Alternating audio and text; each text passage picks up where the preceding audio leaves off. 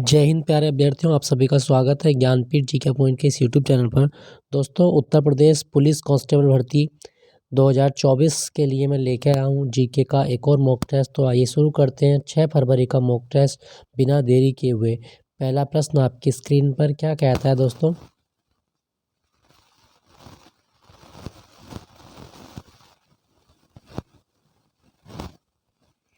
पहला प्रश्न है, निम्नलिखित में से कौन सा मैग्नीशियम का अयस्क नहीं है? दोस्तों, मैग्नीशियम का अयस्क कौन सा नहीं है? आपके ऑप्शन है मैग्नेसाइट, जिप्सम, डोलोमाइट या कार्नेलाइट। सही जवाब क्या होगा दोस्तों? Option C, gypsum. Gypsum calcium का अयस्क होता है, ना कि मैग्नीशियम का। तो ऑप्शन सी आपका सही जवाब है। ठीक है दोस्तों, मैग्नेसाइट, डोलोमाइट, कार्नेलाइट बाकी मैग्नीशियम के अयस्क हैं। दोस्तों, अगर आपसे पूछा जाए जो मैग्नीशियम है, मैग्नीशियम इसका संकेत क्या होता है? Mg। अगर आपसे पूछे कि क्लोरोफिल के केंद्र में कौन सी धातु होती है, तो ये भी आपको याद रखना है कि क्लोरोफिल के केंद्र में मैग्नीशियम धातु होती है। ठीक है दोस्तों, याद रखिएगा, क्लोरोफिल के केंद्र में मैग्नीशियम धातु पाई जाती है। आपसे पूछा जाता है तो ये आप याद रखेंगे। नेक्स्ट प्रश्न है आपका, दही निम्न में से किसका कोलाइडी विलयन है? तो दोस्तों, दही किसका कोलाइडी विलयन है?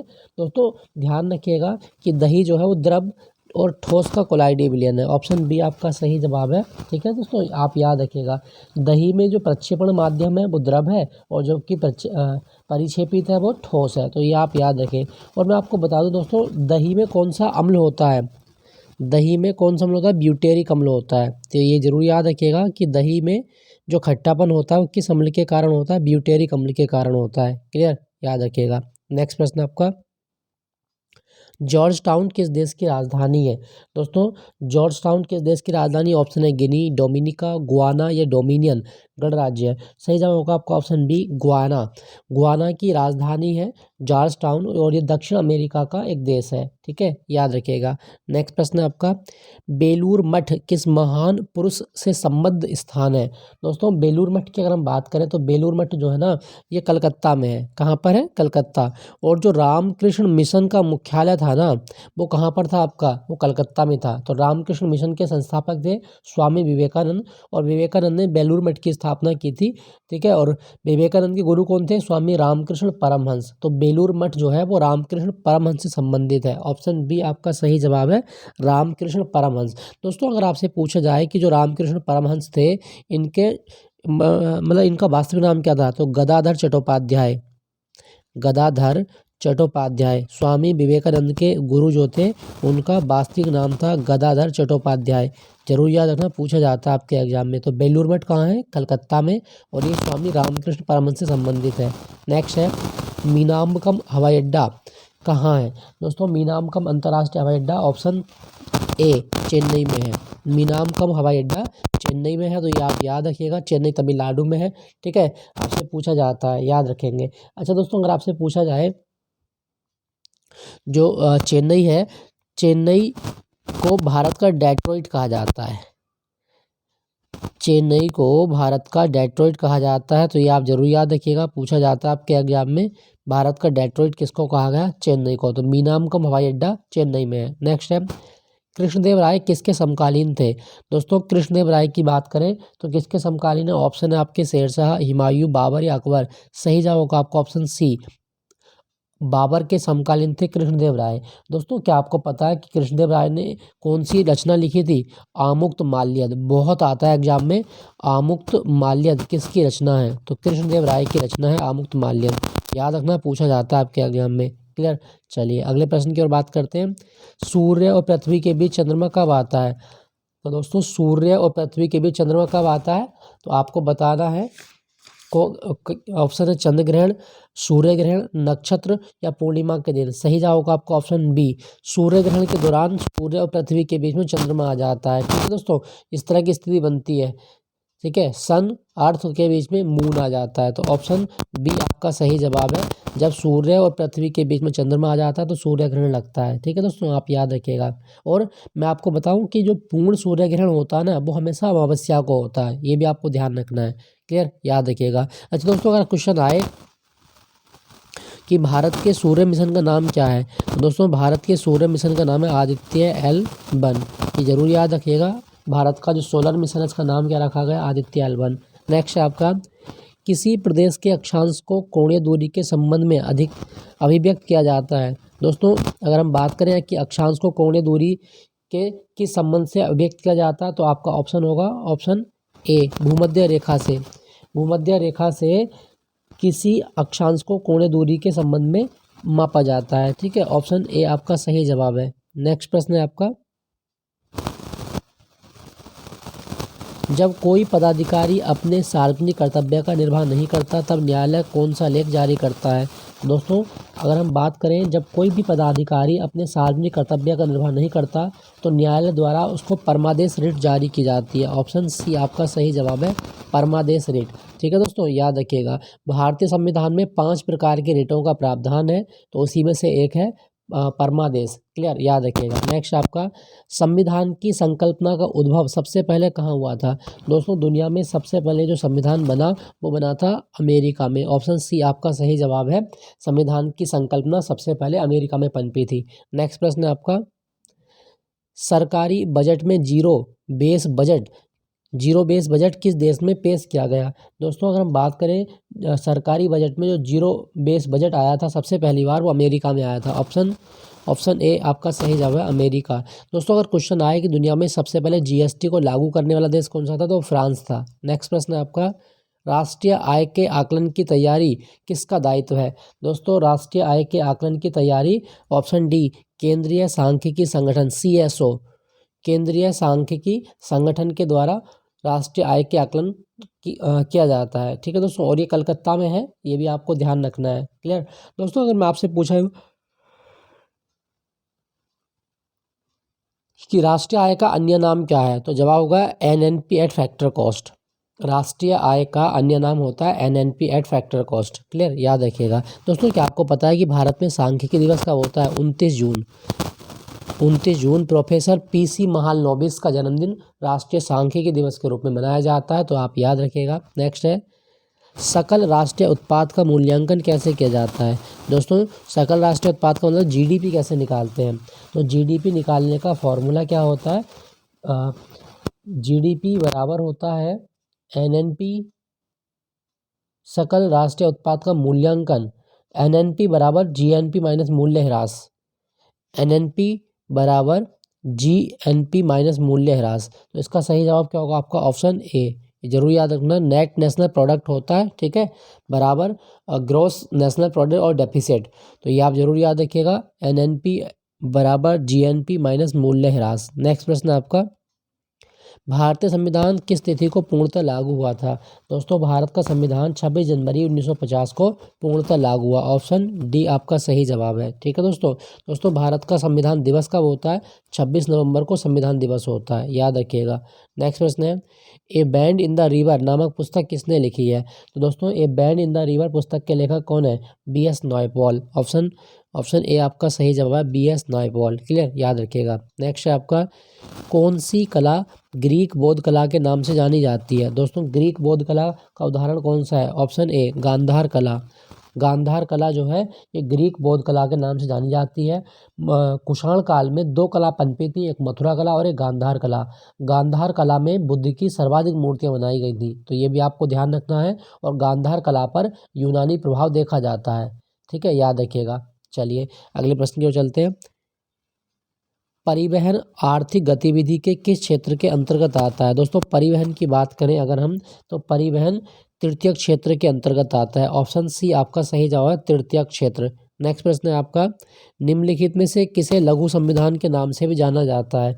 तो लघु संविधान किसको कहा गया, 42वें संविधान संशोधन को लघु संविधान कहा जाता है। ऑप्शन बी आपका सही जवाब है, 42वां संविधान संशोधन। और ये कब हुआ था, 1976 में हुआ था। ठीक है, आपसे पूछा जाए तो आप इसको याद रखिएगा। अच्छा दोस्तों, अगर आप क्वेश्चन पूछे कि भारत के संविधान में संविधान संशोधन की प्रक्रिया कौन से अनुच्छेद में है, अनुच्छेद 368 में है। क्लियर, याद रखिएगा। नेक्स्ट है, विश्व की सबसे लंबी नील नदी किस महाद्वीप से होकर गुजरती है। तो दोस्तों विश्व की सबसे लंबी नदी नील नदी है और ये अफ्रीका महाद्वीप से होकर गुजरती है। ऑप्शन बी आपका सही जवाब है, ऑप्शन बी अफ्रीका महाद्वीप। और नील नदी की कुल लंबाई कितनी है, तो 6690। 6,690 किलोमीटर है, ठीक है, याद रखिएगा। और नील नदी कहाँ का उद्गम कहाँ से होता है? विक्टोरिया झील से होता है, विक्टोरिया झील से होता है। और मैं बता दूं कि ये नील नदी भूमध्य सागर में गिरती है, तो ये भी आपको याद रखना है कि नील नदी कहाँ गिरती है? भूमध्य सागर में। नेक्स्ट है आपका उबंटू क्या है? दोस्तों उबंटू की अगर हम बात करें तो उबंटू एक ऑपरेटिंग सिस्टम है। ऑप्शन ए आपका सही जवाब है, उबंटू ऑपरेटिंग सिस्टम है। और ये जो ऑपरेटिंग सिस्टम है ना, ये 2004 में लॉन्च किया गया था, ठीक है, याद रखिएगा। नेक्स्ट आपका स्कीट किस खेल से संबंधित है? दोस्तों स्कीट किस खेल में होता है? सही होगा आपका ऑप्शन सी, शूटिंग में होता है। तो स्कीट शूटिंग से संबंधित है, क्लियर, याद रखिएगा। नेक्स्ट आपका मोहिनीअट्टम किस राज्य का शास्त्रीय नृत्य है? तो मोहिनीअट्टम कथकली ये केरल के क्लासिकल डांस है।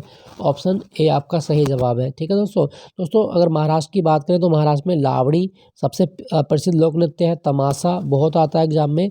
दही कला ये बहुत पूछता है आपके एग्जाम में, दही कला कहाँ का डांस है? तो ये महाराष्ट्र के डांस है, ठीक है। गोवा का आप जानते हैं दक्षिणी डांस किया जाता है, तरंगमल किया जाता है गोवा में, तरंगमल, तो ये भी आपको याद रखना है, ठीक है, तरंगमल। अच्छा दोस्तों यहाँ लिखा गया कर्नाटक में यक्षगान बहुत इंपॉर्टेंट डांस है, बहुत आता है एग्जाम में। यक्षगान के साथ साथ कंसाले बहुत पूछता है आपके एग्जाम में, ढोलू कुनीता बहुत पूछता है आपके एग्जाम में, ठीक है। अम्मम आर्ट बहुत आता है एग्जाम में, तो बहुत सारे आप याद रखिएगा। आपसे पूछा गया था मोहिनीअट्टम, तो केरल का डांस है, ऑप्शन ए। नेक्स्ट है किस समकालीन चित्रकार ने महात्मा गांधी पर चित्रों की एक श्रृंखला बनाई थी? तो महात्मा गांधी पर चित्रों की श्रृंखला किसके द्वारा बनाई गई? सही जवाब होगा आपका अतुल डोडिया, ऑप्शन डी आपका सही जवाब है, अतुल डोडिया। नेक्स्ट आपका न्यूट्रिनो में क्या होता है? दोस्तों न्यूट्रिनो क्या होता है? तो न्यूट्रिनो में शून्य आवेश एवं शून्य द्रव्यमान होता है। ऑप्शन बी आपका सही जवाब है, शून्य आवेश और शून्य द्रव्यमान। नेक्स्ट आपका मॉन्ट्रियल कन्वेंशन किससे जुड़ा हुआ है?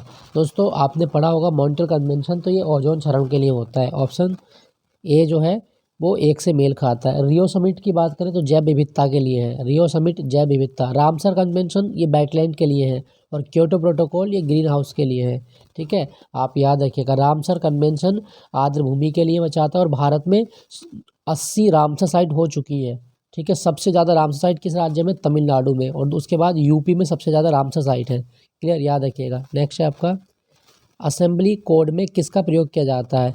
दोस्तों असेंबली कोड की अगर हम बात करें तो इसमें हम प्रयोग करते हैं मेमोरी का, ऑप्शन ए, स्मरण का प्रयोग करते हैं, मेमोरी का प्रयोग करते हैं, क्लियर, याद रखिएगा। नेक्स्ट है एक तत्व का क्लोराइड जल में उदासीन विलयन क्या देता है? आवर्त सारणी में तत्व एक किस समूह का होगा? दोस्तों क्या बोला है कि क्लोराइड जल में उदासीन विलयन देता है। तो इसका अगर आपसे पूछा जाए कि आवर्त सारणी में कहाँ पर होगा, तो आपका सही होगा प्रथम समूह में होगा, ठीक है, ऑप्शन ए ही इसका सही जवाब है, ऑप्शन ए। दोस्तों क्या आपको पता है कि आवर्त सारणी जो है किसने बनाई थी सबसे पहली बार? मेंडलीव ने बनाई थी। तो मेंडलीव द्वारा सबसे पहली आवर्त सारणी बनाई गई थी। नेक्स्ट है मानव के मस्तिष्क में स्मरण क्षमता कहाँ होती है? तो दोस्तों मानव के मस्तिष्क में स्मरण क्षमता सेरेब्रम में होती है। ऑप्शन ए आपका सही जवाब है, सेरेब्रम, क्लियर, याद रखिएगा। नेक्स्ट है नोएडा उत्तर प्रदेश के किस जिले का मुख्यालय है? तो दोस्तों नोएडा जो मुख्यालय है वो किस जिले का है? गौतम बुद्ध नगर जिले का मुख्यालय है। ऑप्शन बी आपका सही जवाब है, गौतम बुद्ध नगर जिला, क्लियर, याद रखिएगा। और नोएडा की फुल फॉर्म है new Okhla industrial development area या अथॉरिटी, क्लियर। और ये कब बना था नोएडा की स्थापना की गई थी 1976 में, ठीक है, नोएडा की स्थापना 1976 में की गई थी, आप याद रखिएगा। दोस्तों क्या आपको पता है कि उत्तर प्रदेश की सीमा कितने राज्यों से लगती है? तो 8 राज्य और एक केंद्र शासित प्रदेश, टोटल कितने हो गए? 9। तो 9 राज्य प्लस केंद्र शासित प्रदेश से इसकी सीमा लगती है, क्लियर, याद रखिएगा। नेक्स्ट है उत्तर प्रदेश की प्रथम महिला मुख्यमंत्री कौन थी? तो उत्तर प्रदेश की प्रथम महिला मुख्यमंत्री की अगर हम बात करें तो वो थी सुचेता कृपलानी, ऑप्शन बी आपका सही जवाब है, सुचेता कृपलानी। नेक्स्ट है राष्ट्रीय ध्वज के धर्म चक्र में कितनी तीलियां होती हैं? तो सही जवाब होगा आपका ऑप्शन डी 24। राष्ट्रीय ध्वज के धर्म चक्र में 24 तीलियां होती हैं, ठीक है, आप याद रखिएगा। क्या आपको पता है कि संविधान सभा ने जो राष्ट्रीय ध्वज है इसको कब स्वीकृति दी थी? तो 22 जुलाई 1947 को दी थी, 22 जुलाई 1947। और भारत का जो राष्ट्रीय ध्वज है इसका डिजाइनर कौन है? पिंगली वेंकैया। नेक्स्ट है आपका निम्नलिखित कथनों पर विचार करें। अनुसूचित जनजातियां देश के पहाड़ी एवं वन भागों में अधिक रहती हैं। अच्छा उसके बाद में है अनुसूचित जनजातियों में सबसे अधिक जनसंख्या मिजोरम में है। कौन सा कथन सही है? दोस्तों केवल कथन एक सत्य है, ऑप्शन एक, केवल एक सत्य है, बाकी ये गलत है। ठीक है, अनुसूचित जनजाति देश के पहाड़ी भागों में रहती है, बिल्कुल सही है। सर्वाधिक अनुसूचित जनजाति मिजोरम में नहीं है, मध्य प्रदेश में है। ठीक है, याद रखिएगा, मध्य प्रदेश में। मिजोरम सर्वाधिक एसटी जनसंख्या प्रतिशत वाला राज्य है, मतलब सबसे ज़्यादा परसेंटेज वाइज पूछे तो मिजोरम में है, और संख्या पूछेगा तो एमपी में है, याद रखिएगा। नेक्स्ट है आपका, सर्वप्रथम किसने विश्व के 7 आश्चर्यों का वर्गीकरण किया था? विश्व के 7 आश्चर्यों का वर्गीकरण किसके द्वारा किया गया? ऑप्शन सी, एंटी पेंटर के द्वारा किया गया था। एंटी पेंटर ने 7 आश्चर्यों का वर्गीकरण किया था। ठीक है, याद रखना, जिसमें ताजमहल, इटली का कोलाजियम, चीन की महान दीवार, पेरू में माचू पिच्चू, मैक्सिको का चिचेन, और क्राइस्ट रिडीमर मंदिर है ब्राज़ील का, वो सारी चीज़ें आती हैं इसमें, तो ये भी आपको याद रखना है। नेक्स्ट है, विश्व स्वास्थ्य संगठन का बाहरी लेखा परीक्षक किसे नियुक्त किया गया है? ऑप्शन बी, गिरीश चंद्र मुर्मू को किया गया है। ठीक है, गिरीश चंद्र मुर्मू। और विश्व स्वास्थ्य संगठन का मुख्यालय कहाँ पर है? जेनेवा में है, ये भी आपको याद रखना है। नेक्स्ट है आपका, भारत के नए केंद्रीय सतर्कता आयुक्त कौन बने हैं? तो भारत के नए केंद्रीय सतर्कता आयुक्त कौन बने? सही जवाब होगा आपका प्रवीण कुमार श्रीवास्तव, ऑप्शन सी आपका सही जवाब है। फीफा वर्ल्ड कप 2026 का आयोजन कहाँ पर किया जाएगा? तो फीफा वर्ल्ड कप 2026 होगा कनाडा, मैक्सिको और यूएसए। तो Canada, Mexico, USA, Canada, Mexico, USA, option D आपका सही जवाब है। नेक्स्ट है, 23 अप्रैल 2023 को प्रकाशित जल निकायों में पहली गणना में सर्वाधिक जल निकाय वाला राज्य कौन सा है? तो सबसे ज़्यादा जो जल निकाय है वो कहाँ पर है? ऑप्शन बी, पश्चिम बंगाल में है। क्लियर, पश्चिम बंगाल। नेक्स्ट है, आईपीएल 2023 में एमर्जिंग प्लेयर किसे चुना गया था? तो आईपीएल 2023 में एमर्जिंग प्लेयर थे यशस्वी जायसवाल, ऑप्शन बी आपका सही जवाब है। ठीक है, याद रखिएगा। नेक्स्ट है आपका, सूचना प्रौद्योगिकी अधिनियम सन 2000 की कौन सी धारा इलेक्ट्रॉनिक रूप में अश्लीलता सामग्री के प्रकाशन या प्रसारण को दंडित करती है? तो सूचना प्रौद्योगिकी अधिनियम 2000 में आया था, और कौन सी धारा है? सही जवाब होगा आपका ऑप्शन ए, ऑप्शन डी, धारा 66। ठीक है, याद रखिएगा। नेक्स्ट है, दंड प्रक्रिया संहिता की कौन सी धारा 156(3) के तहत प्रत्यक्ष जांच की शक्ति का उपयोग किसके द्वारा किया जाता है? दोस्तों, दंड संहिता प्रक्रिया की धारा 156(3) के अनुसार जो प्रत्यक्ष जांच की शक्ति के है वो किसके पास है? सही जवाब होगा आपका ऑप्शन एक मजिस्ट्रेट के पास है। तो दोस्तों, ये था आज का मॉक टेस्ट। आई होप ये सेशन आपको अच्छा लगा होगा। अच्छा लगे तो लाइक कीजिएगा। फिर मिलूंगा नए मॉक टेस्ट के साथ में। Thank you for watching Gyanpeeth ji के पॉइंट।